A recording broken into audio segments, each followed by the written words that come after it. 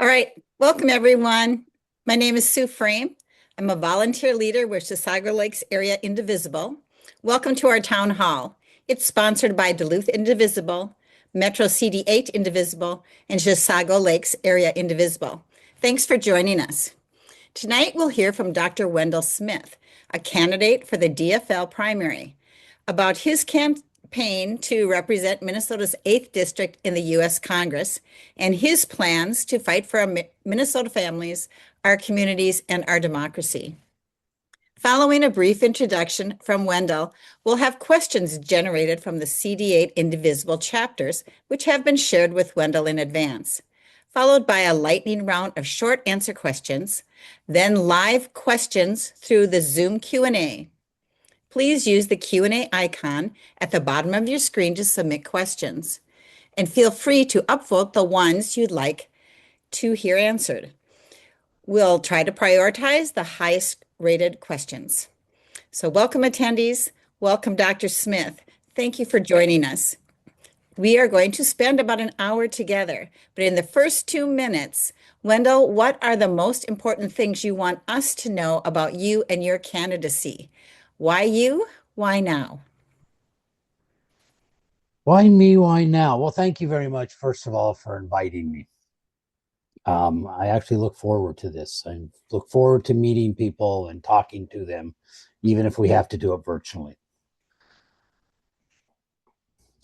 For the last 24 years, I have worked with, worked for, taken care of the people on the Iron Range. And through those 24 years, I've learned their struggles on a lot of different things.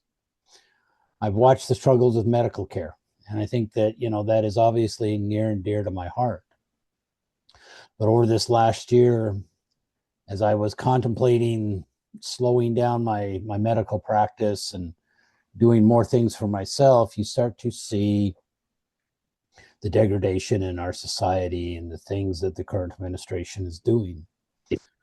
And I've never been somebody that has sort of stood on the sidelines and just complained about what people did. I've always been involved in administrations in the hospitals. I've always thought that I could make a difference. So as I started to watch this, you finally get to the point that you start to say, is there something that I can do? And the more you think about that, the more these ideas start running through your head.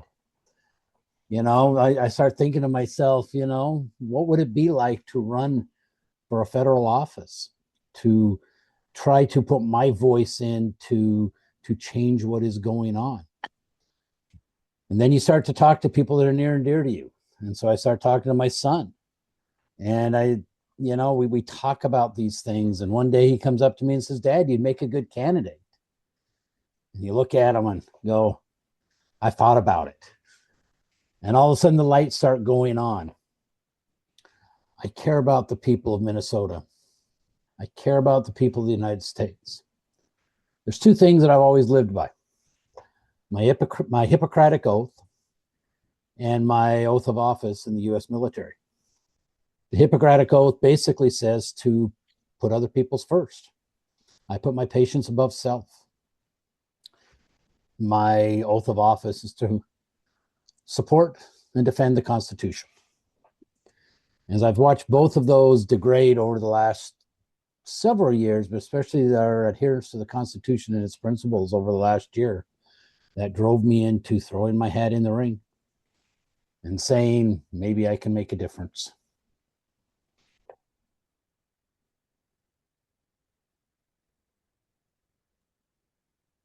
Hi, Wendell. My name is Cindy Olson, and I'm on the steering committee for Duluth Indivisible. Here's our format for the town hall again. We have 6 set questions from the indivisible groups in Minnesota's 8th District. Then there's a lightning round with questions drawn from the indivisible national theory of change. We are building a sustained, decentralized grassroots movement to hold elected officials accountable and advance progressive policies to create a multiracial, fully participatory democracy where liberty and justice for all really means all this time. And we are taking the primary very seriously. This session will be recorded and sent out to registrants after it's done. Remember, for those of us on the call listening, to submit your questions on the Q&A function, not the chat function, and be sure to upvote on the questions that you'd like to hear asked. Everyone on this call knows that we're at an inflection point in our democracy, and we know Minnesota is front and center right now as we live through unprecedented federal assault on our state, on our safety, on our elections, on our ability to thrive, and our right to shape our own future.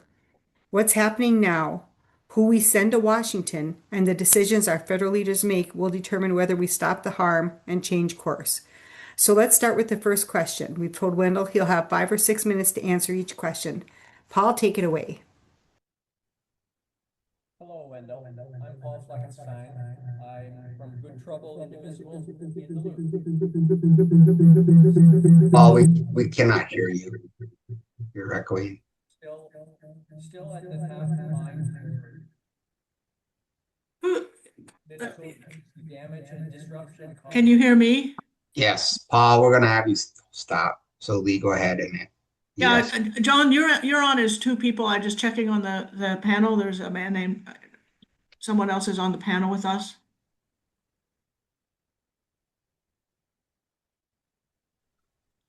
So Wendell, I'm gonna ask you to go ahead and ask you the questions. Still near the top of mind for Minnesotans is the damage and disruption caused by Customs and Border Patrol and ICE, Immigration and Control and Enforcement, terrorizing our communities through Operation Metro Surge, and on a smaller scale in rural communities. Part of our response has been a call for Congress to end funding for these two agencies of the Department of Homeland Security without significant reforms. Do you support this? And what reforms would you support for our immigration policy? And what else would you do to hold federal agencies and personnel accountable for their actions? First of all, I do support that. I think that that ICE and the Department of Homeland Security are both so entrenched with all of the horrendous activities that are occurring, not only in Minneapolis, which is we've seen, but all across the United States, that their reputation and their ability to truly represent the people are no longer there. Now, if we back up, back in 2001, when the Twin Towers were hit and America was under attack, as they started to look at the situation that led up to that, there was a feeling that there were a lot of different agencies in the United States that had information, but none of those agencies got together to discuss what they had to try to prevent 9/11 from occurring. And so the Department of Homeland Security was created to try to bring all of these agencies together as a clearinghouse so that this information would be shared. What has happened, and then ICE, from an administrative point of view, ICE was developed, and their responsibility was for internal support and preventing illegal movement and transportation of goods. The problem is over the last year, what we've seen is DHS and ICE has been weaponized by the president to be his own militia under his control and under his wants and wishes to do his bidding. They were sent into Minnesota not because of problems, but because President Trump thought that he won Minnesota. And there was obviously this amount of fraud that they were to come in and root out, even to the point that they said that they would leave if we gave them our voter rolls. This is just unacceptable. And I think that, we still need the functions. We need to protect our borders.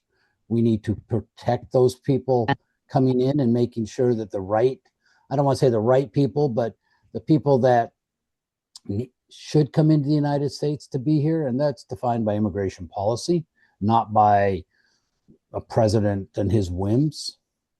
We need to make sure that those things are happening. We need to make sure that there's protections in place for that. And so those functions still need to be there, but I think they do need to be revamped. As in holding federal agencies accountable, we live by the rule of law. We do not live by the rule of Trump. We live by the rule of law, and the rule of law dictates that if someone has a concern about laws being broken, they take it to the agencies that are necessary.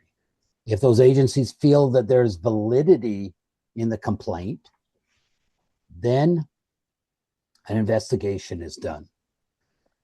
If the investigation yields that there's enough probable cause, then a trial is held. And a trial is held and a judgment is made, and then we all live by that. That is the rule of law. It is not sending masked men in to drag people out of their houses, stick them in the back of vans, and haul them off without trial, without warrants, without the things that our Constitution says that are necessary. We need to unmask the people that were behind the masks. We need to hold those people accountable, and I am fully in support of that.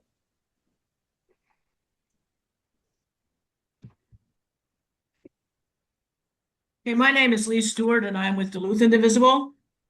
HR 1, also known as the One Big Beautiful Bill, cut Medicaid and SNAP benefits, reduce subsidies for the Affordable Care Act, all of which will result in increased healthcare cost, decreased access to healthcare, and a threat to rural hospitals and their patients who rely on these public programs.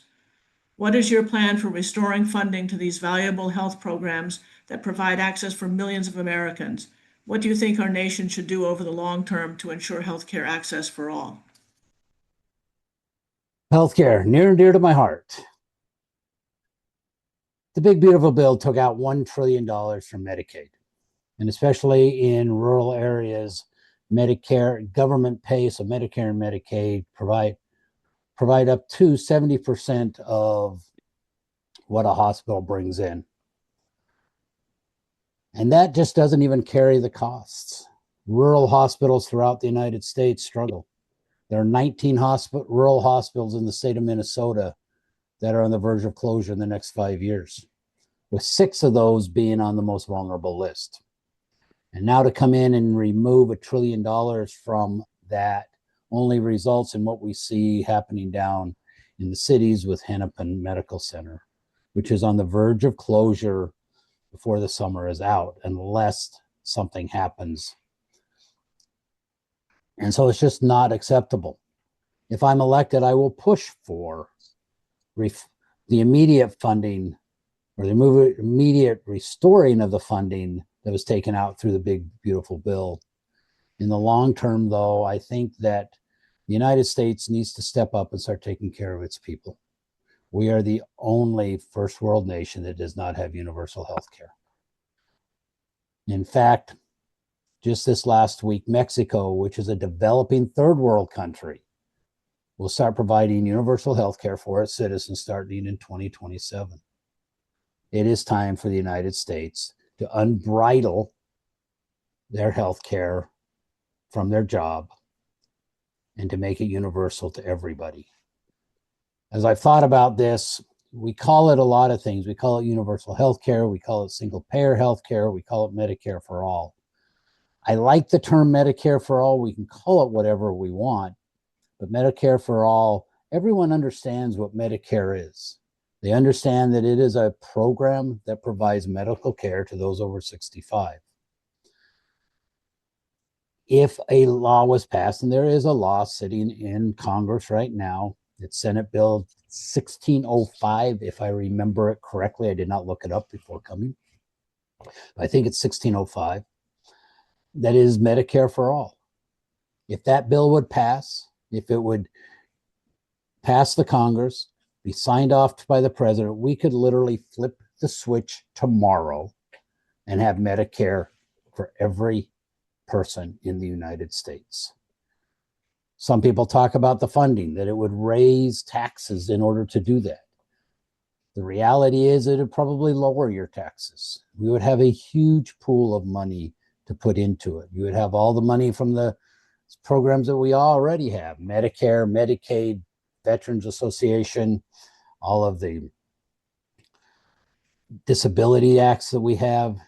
Plus, you would have money that is already been putting into healthcare systems. You would remove the Minutemen. You would streamline the programs. You would streamline billing. We would have the money there with very, very little impact to my bottom line. And my bottom line is what I take home. It's not necessarily what I pay out in the different categories on my pay stub, but I think everyone would come home. I like to ask the question to people, what would you do if your health care was not linked to your job?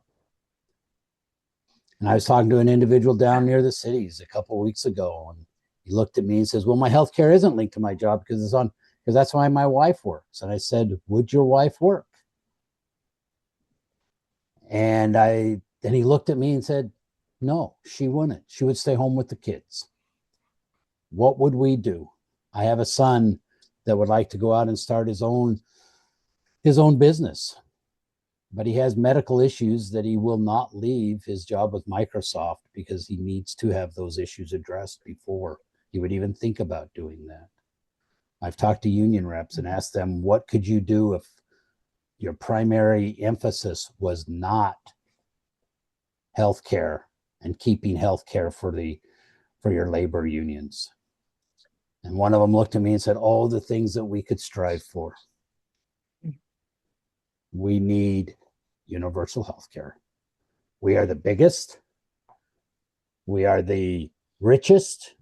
We are the most powerful. We are the smartest. We ought to be able to figure this out. Healthcare is a human right and should be treated as such. So that brings us to the next question. Thank you. Candidates without legislative experience often find themselves at a disadvantage against an incumbent opponent. How do you plan to proactively address this gap? And kind of after that, what experience do you bring to proactively move legislation forward in Congress? You know, I thought about that question because I don't remember the last time I was in DC. Reality is, if you look behind me, I have several diplomas hanging on my wall. I am a very fast learner. That is the skill that a surgeon, especially a surgeon, brings to the table. When I got into medical school was described as drinking from a fire hose without letting any of the water drop. It is learning very quickly and adapting very quickly. In an operating room, I don't know how many times I've opened up somebody's belly, looked at the mess that I've been given and gone, now what do I do? And then you sit down and figure it out. A lot of learning will have to be done. I will learn it very quickly. I've done that all my life. Skills that I bring. I have spent an entire career working with people. I have spent an entire career talking to people in an office, convincing them to do the right thing, talking across the aisles. I am the one that during the COVID pandemic would be sitting in an office with an individual with FU Biden hat on. And I was the one that got to convince them to take a shot. My skill set is talking to people across the aisle, talking to people with different viewpoints and coming to consensuses. I have been on a hospital commission. I have been president of a hospital commission. I have been chief of staff. I have been section chairs. I have been chief of surgeries. I have gotten to have the opportunity of taking people with differing agendas, differing wishes, wanting to do their own thing, and coming down to consensuses so that we can keep hospitals open, keep services. I've spent a lifetime leading people and building consensuses, which is exactly what a congressman should do. Do I know how to write a law? No, I'm not a lawyer. That's what you have staffers for. They take your principles, they take your ideas, They write them down. You work them together to say what you want to say. You get the people together in the room, talk about the problems, come from different angles, build a consensus so that you can move things forward. That is the skill set I have, and that is the skill set that I bring. And I do not consider that a disadvantage.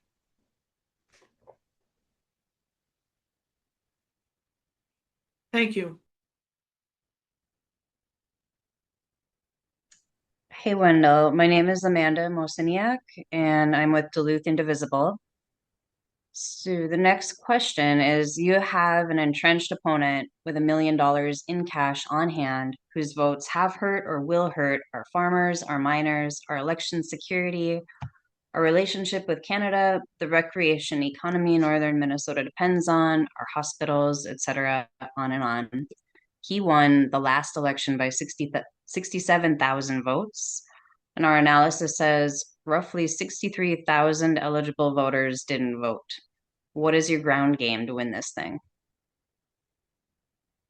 My ground game is to get out and talk to people. My greatest skill is sitting down and talking to people. My greatest skill is taking my reputation as a physician, as somebody that cares about the people that he has worked with, that he has taken care of, and reaching across the line and bringing people together. We all have the same wants. We all have the same desires. I really feel that as I talk to people about universal health care, as I talk to people about money and corruption in politics, as you talk to people about the economy, we all have the same desires. And I think that we are starting to understand that there needs to be changes, and there needs to be changes within those people, within those that govern us. We understand that we need to get rid of APAC. We need to get rid of corporate PACs. We need to have our representatives represent us and not big business and those that have the capability to dump millions and millions of dollars into a campaign. So my game plan is to reach out and to talk to people. Yes, we were 65,000, if I remember, 67,000 votes short.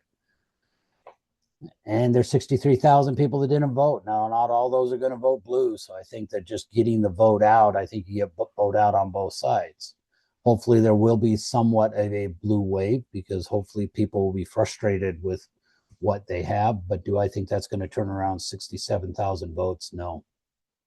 The way you're going to get is, number one, I think that the Iron Range, which obviously is near and dear to my heart, but it is going out and reaching those people that voted Obama, Trump, to come back and understand that the Democratic Party and the DFL has their best interests in mind. The DFL left the farmers, they left the laborers. And especially up here on the Iron Range, those people then started to vote red rather than blue. Go back to 2008 and look at the voting. It's almost entirely blue. And now it's almost entirely red. It's the same people. It's the exact same people. They've just gotten a little bit older. But those people were up here and they voted blue. And they thought that the Democrats were the ones that had it. We need to reach back out and explain to them that they are. My ground game is just to reach out. I will go anywhere, anytime, and talk to everybody. I will get in and talk to the labor unions and explain to them that yes, that I am, and that the DFL is pro-labor, that we're pro-union, that we want what they want,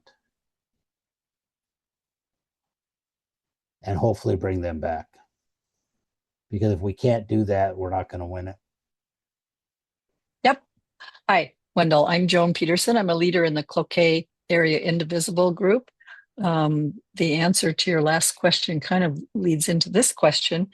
And before I ask it, I will tell you, I lived in Duluth most of my life. And during COVID, we moved to our lake place near Cloquet. So I'm beginning to see the differences between urban and rural areas. So this question is, the chasm between the wealthy and the poor has been growing in rural Minnesota. and many rural homesteaders and communities feel left behind. Housing is a challenge. School districts and local infrastructure are under duress, and I know that to be true around here. For example, there's not a single hospital or urgent care center in the 2,000 square miles that make up Cass County. Small-town Minnesotans don't feel seen, which fuels the resentment and simply disengagement, as you kind of mentioned in your last answer. So how do you plan to rekindle trust with rural and small-town voters and prioritize their well-being? And how can you partner together to bridge the urban-rural divide across our CD8? You know, I've lived in Virginia, Minnesota for 24 years.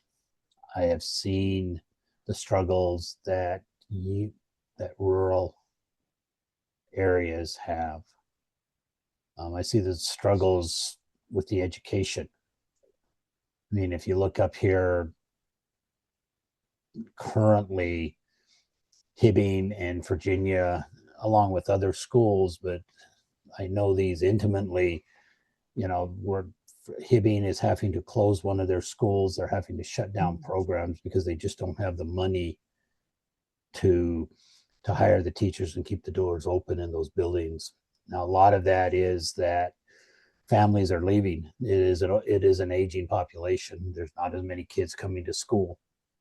Compounding that is, I'm going to call it the workarounds, and I think it's been great for my family, but the PSEO system, my kids participated in it, but it does take money out of the public schools and puts it into the higher education, because that's where they're being taught. At the end of the day, we've got to fund these. We have to make the decision as a nation that we are going to set minimal funding for these areas.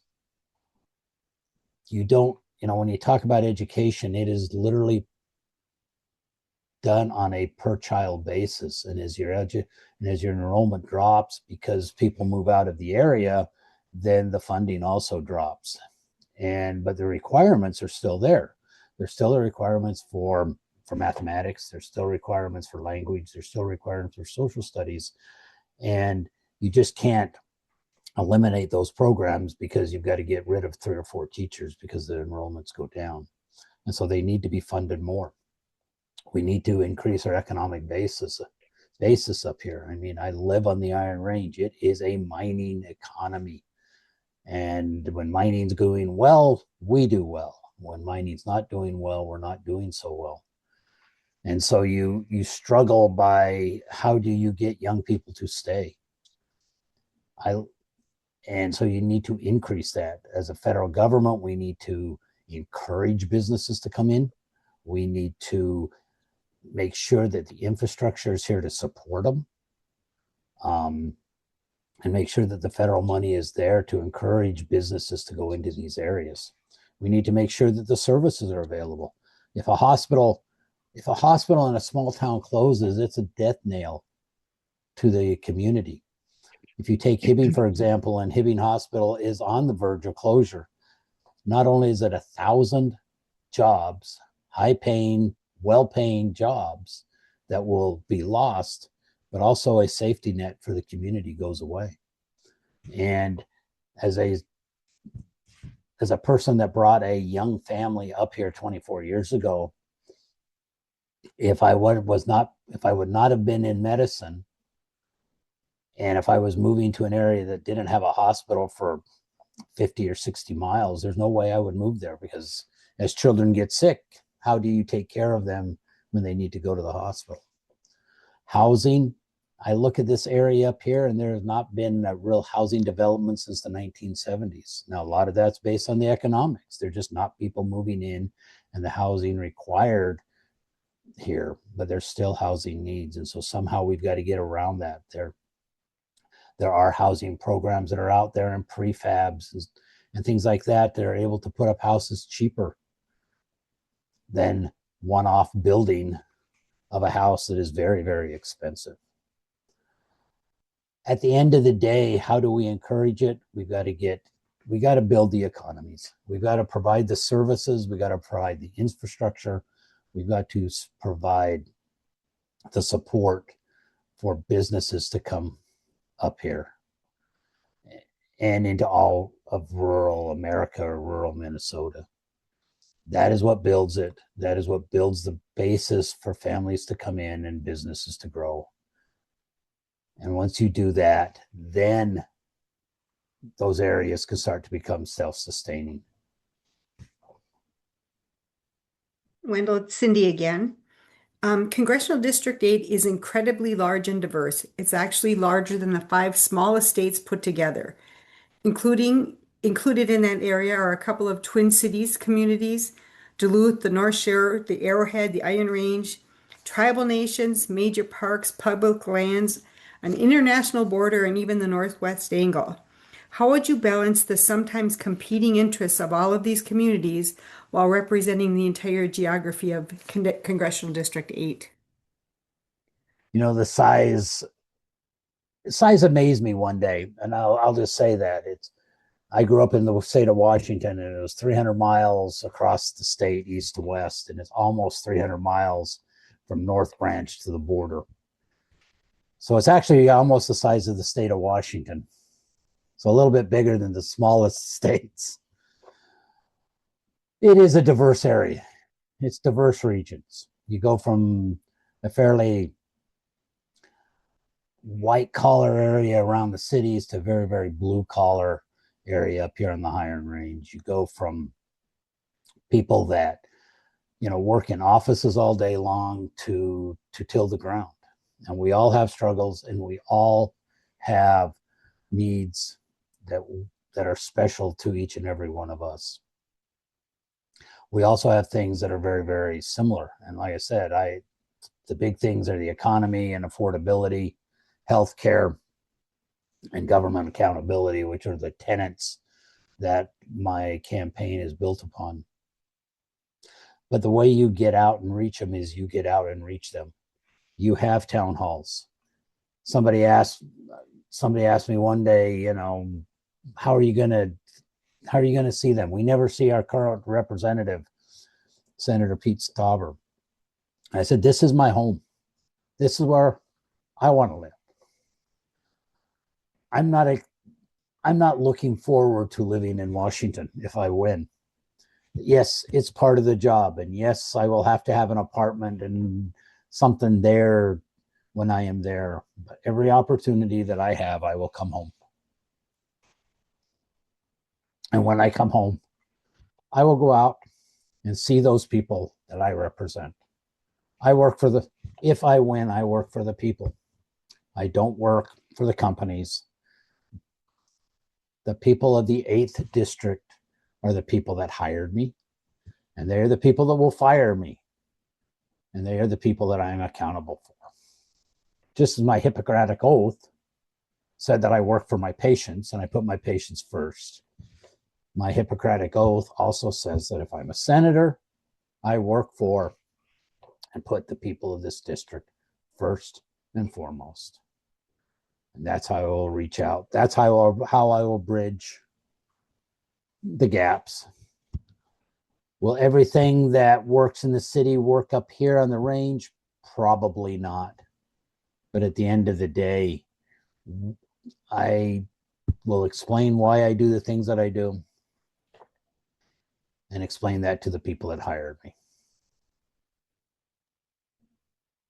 Great. My name is Jordan Johnson. I'm also one of the co-conveners of Duluth Indivisible. And it's kind of time for our lightning round. What that means is we're looking for a 30-second answer or less on each of these following questions. If elected to represent us in the U.S. Congress, should overseas military action of any kind require explicit congressional authorization? According to the Constitution, according to the law, yes. So you're going to face a long list of challenges in Congress, from cuts to basic health care and climate resilience, to protecting our lakes and streams, to attacks on Black, brown, trans, and queer communities, and the gutting of science, and public health. This moment will end, but the work to rebuild will be immense. If you get to Congress, what are the top priorities you want to focus on first? Healthcare. I think once you address healthcare, that comes off of people's tables and they're able to do a lot of other things. Obviously, the economy, that needs to be addressed. We need to stop this punitive tariff thing that we're doing and that the president does. We need accountability. We need to get money out of politics. We need to get out of a war. We need to refund education. We need to refund the medicine that we have. How many more things that can I talk? Everything that we've undone in the last 2 years or the last year, we need to redo. We need to try to rebuild our relationship with our allies. But most of all, we need to put into place mechanisms that prevent one person from ever doing this again. Will you support stronger gun laws, such as an assault weapons ban, and making sure our federal gun background check system is not weakened? When we talk about gun control, we have two camps. First of all, I want to say that before I talk about the camps, the Republicans have been the party that have passed the most gun laws in the last 10 to 15 years. And the reason is that those that love guns are more comfortable with Democrats doing it because they know, or Republicans passing gun laws because they're worried about the Democrats taking them away. We all have center ground. We all want weapons to be safer. We do not want to have accidental killings. We do not want to have crimes of passion. We do not want to have guns in the wrong hands. When we start talking about assault weapons, I think that there is a real discussion that we need to have about having unfettered access to weapons of war that really provide no other means but for pleasure. But those are discussions that we need to have. But there's a lot of things that we can agree on. And I think we start there first. And then we start to work on the harder questions. Right. Will you join the Congressional Progressive Caucus? Yes, I would. Should members of Congress and their families be banned from trading stocks and betting on prediction markets? I think they should. If you have stocks and bonds, which most of us do, because I have a 401k, that needs to be put into a blind trust to where I cannot influence it. I cannot give up. Here's a law that's coming up that I think is going to pass. It's going to affect the stock and bond market. Those need to be done. We need to be banned from having direct access to that and influencing that. That is a point of trust that we need to give the American people, that we're not doing things to increase our own wealth, but doing things that are right for the country. A few more. What is your position on the role of non-disclosure agreements with respect to private corporations and elected officials? I don't work as a congressman, I do not work for companies. I work for the American people. And if I cannot tell them the discussions that I'm having with private companies, then there's a problem there. So the answer to that is yes, or okay. that I oppose the NDAs. All right. If elected, will you commit to meeting in person regularly in your district offices and other community settings with your constituents, including those whose party affiliations is not your own? Yes. I work for the people. I work for everybody within CD8. Not just the Democrats, not just those that voted for me. I work for everybody. And I would make every opportunity available. Again, like I said, I want to come home. I want to live here. And when I'm here, I would be in the office. I would be having town halls. I would be out seeing people and talking to people. Great. What are you curious about besides politics and work? Oh, you know, I heard that earlier on another broadcast, and I've thought about that. And it's, you know, I joined the military, so I joined the U.S. Air Force, and one of the goals I always had was to fly, and I never did, never got my pilot's license. But I did start doing flight simulator, and I love getting in my little happy place and flying from island to island down in the Caribbean or the Hawaiian or down in the South Seas. Since I've been doing a lot more at my computer these days, I don't have my yoke and everything sitting here in front of me. I've taken it down and I put it up when I do. But, you know, I enjoy that. I enjoy riding motorcycles. Just getting out and having time to myself and the wind in my face. Great. Those are the types of things I do. Great. And now I'm just gonna, I want to remind everyone to please drop in any of your questions in the little question and answer box. And for anybody want to upvote them, make sure to upvote them. For our folks who are going to ask the questions, please refresh your upvotes to make sure you got the top one on the top. But now we're going to pull some questions from our attendees. And we're going to take the questions with the most upvotes. We're going to try to get through as many as possible. You have 2 to 3 minutes to ask for questions, and our my guests with me here will kind of move through them. So, Paul, if you want to ask the first question, we'll go from there. Thank you. How would you plan to address Pete Stauber's record? What do you see as his greatest weakness in this race? You mean cheating Pete? I think his greatest weakness is he takes credit for things that he hasn't voted for.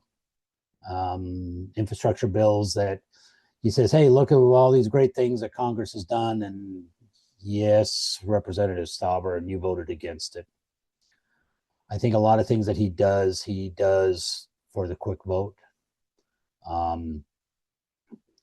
You know, over the last 8 years on the Iron Range and in the mining industry up here, he has kept promising jobs. Oh, I'm bringing jobs to the Iron Range. I'm bringing jobs to mining.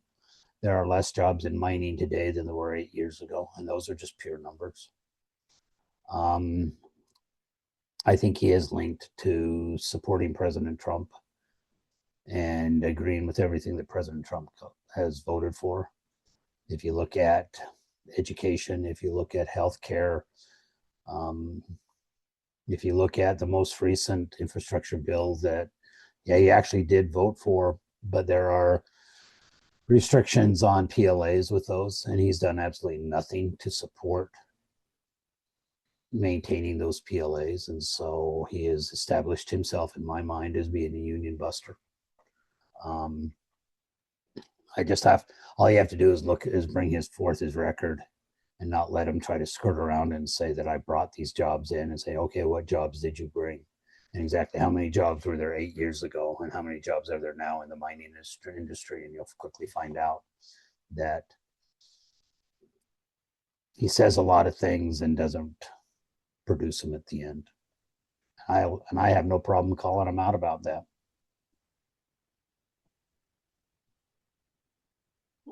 The next question is from Elaine. Considering the threat to the Boundary Waters canoe area and the 20-year moratorium, what are your thoughts on the Twin Metals proposed plan? You know, that's a fine line that we walk up here, because the mining is such an integral part of the Iron Range. But I specifically oppose that project. It's a bad project in general. Copper and nickel are ubiquitous. I grew up in Utah. I grew up right next to the biggest hole in the world, which we bring nickel out of. Copper and nickel are ubiquitous. I think there are other places that we can go look for them. The problem that we have is that Pete Stauber brings this in as a promise for jobs. He knows darn well that it'll probably never get through the permitting process. And so he's brought this up to divide Democrats, to put those that are concerned about the environment and those that are concerned about jobs on different sides of the argument. Mining's important, protecting the boundary waters is important, and I think that we can do both. But I think that this project is just not a good project on a lot of levels, so I would oppose it. Okay, the next question's from Gwen, who asks, as our representative, what would you do to prevent a future president from acting like a dictator? You know, I thought about that because a lot of people have asked me that question. What would you do? You know, all of the safeguards are supposedly in place if you read the Constitution of the United States. We have those mechanisms in place, but Congress, with the blessing of the Supreme Court, has not evoked those provisions. I hold Congress as much responsible for the actions of the president as what I would hold the president for, because they continue to allow him. They could impeach him. They could convict him. They've impeached him twice and didn't convict him. And so Congress is allowing this to be done. They're allowing him to write executive orders and not holding him accountable for those, either by passing laws to circumvent those or by saying you cannot do that. That is against the Constitution, and we will remove you for that. He knows that they're not going to do it, and so with the blessing of Congress, unfortunately, they have allowed him to move forward unabated. As a member of Congress, I would be first and foremost on that side to say, no, you can't do this. You do this, we will file articles of impeachment. And if you have to do that every day, then you do that every day. But I would be first and foremost on that. My oath of office is protect the Constitution. And I hold that dear. Okay, the next question's from Karen, who wants to know, should we continue to support Israel? With what Israel's doing, no. We're allowing them by giving them the support financially and militarily to do what they do. And so I think that we need to put our foot down, and no better way to put it, and say enough is enough. We will cease to support you, we'll cease to fund you, we'll cease to give you the weapons for you to carry out what you're doing. And then we need to address the real situation, which is how do we establish some type of rule of law for the Palestinians?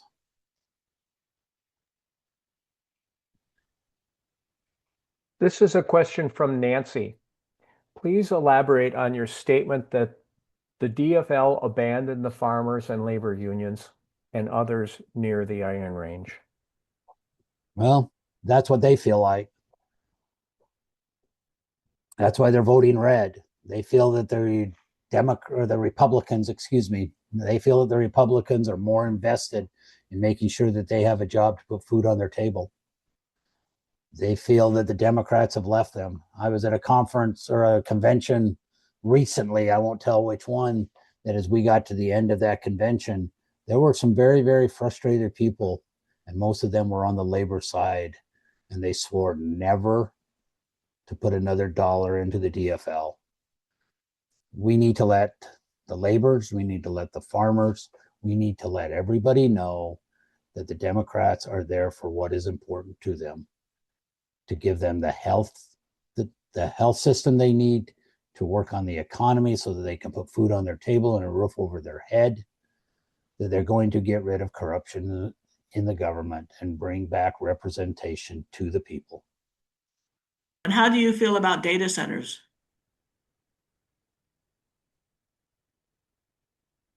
At the end of the day, we need data centers. We are a data intensive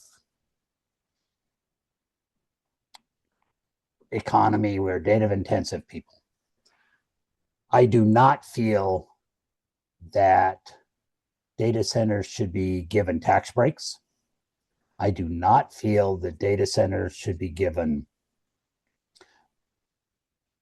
incentives for cheaper energy. I do not feel that data centers should be able to thermally pollute our water for cooling, because all of that then just gets put back onto the people. Most data centers hire, I mean, you get the employment for constructing the data center, but then a data center is only run by, I mean, even the one out of Hermantown says maybe 30 or 40 people. And not all of those are high tech or high paying jobs. A lot of those are just going to be custodial. And then all of the money that they generate goes out of state to wherever the parent company is. And so I'd even be for taxing and recuperating some of those funds from those businesses. And I think you take that across the border to any business, but I think you can, say if you generate funds or if you generate profit within our state or within our cities, that some of that money needs to stay here in this state and in the city.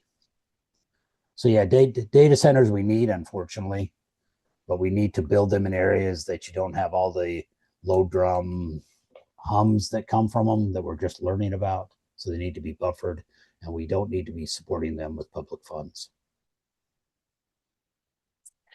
So given that the Iron Range is a mining economy, this question is from Nancy. How would you go about encouraging new businesses in order to boost the economy? The same question would apply to rural non-mining areas. There's a lot of things. I mean, up here on the Iron Range, I mean, we cut down a lot of trees. We ship all those trees out to be processed into plywood or into lumber or anything else. I mean, why can't we do it up here? There's a lot of area to build companies up here. Why can't we do green energy factories up here? I mean, we've shown that snowmobiles can be built in rural Minnesota, that windows can be built in rural Minnesota, and they're integral parts of their communities. Now you have to have the infrastructure, you have to have the tax incentives to do that sometimes, to get them up there. And so I think from a federal government, we can start to look at some of those federal tax incentives and infrastructure bills to get them the infrastructure they need up here. I think there's also areas that maybe a little bit outside the box. My daughter is a pharmacist living in a small town in Minnesota, and some of her coworkers have referred to Virginia, Minnesota as being hip. I do not understand that personally. But here's opportunities that people want to get outside of the cities to do their job. And the one thing that we learned during COVID is that remote work is something that is viable. My son works for Microsoft and he works in Atlanta, and his entire team is in Washington State, and he works from home. But you have to have the infrastructure to support that. You have to have the infrastructure and the healthcare and the high-speed internet to do all of those things. You also have to look at, as you move people into those jobs, how does it affect cities? But I think that there's a lot of opportunities to get people out of cities to build economies that are not necessarily just in large urban areas. Okay, we have just about less than a minute left. The last question's from Gwen. Do you have any ideas about how to make housing affordable to all, or how to house the homeless population?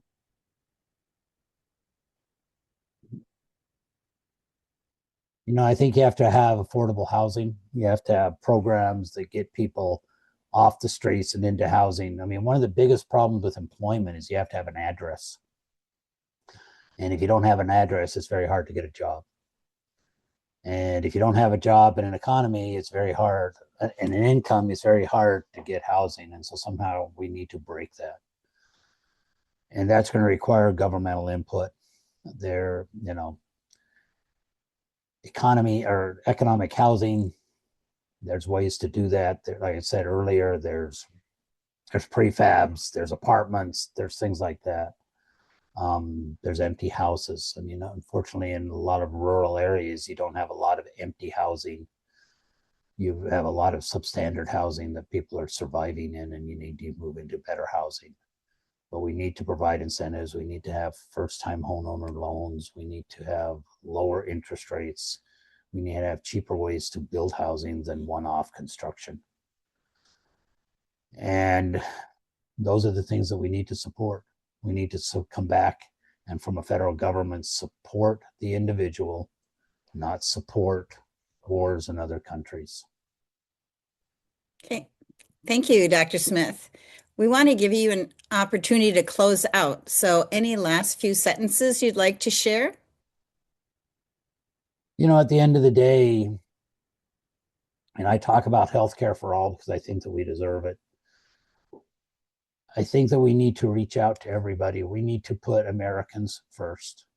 And when I mean Americans first, that is a term that is loosely used, but we really need to put Americans first. We need to make sure that the economy is such that we as Americans can afford the basic necessities of life. Food on the table, houses over our head. We need to make sure that we have employment. We have opportunities for employment. We need to make sure that we have opportunities for education so that we can find the employment and upgrade our employment to whatever we as an individual want. That is America first. We are the richest country on this planet, and yet we want to put trillions and trillions of dollars into the defense budget, and we want to pull trillions and trillions of dollars out of education and out of healthcare and out of public service programs.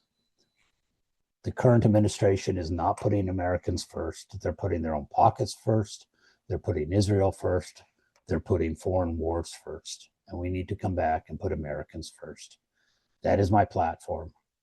That is my idea of an American, of being an American and the America that I live in. Okay, thank you, Dr. Wendell Smith, and to everyone else who joined tonight. Town halls like this are just the start of our effort to create a government that truly represents us. Stay engaged, stay informed, set up your own candidate town halls through your local indivisible groups. Keep pushing for the results that matter here in Minnesota. We are all connected and we are all needed.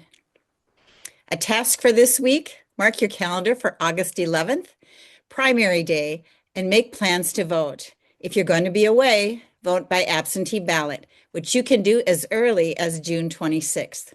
Thank you and good night.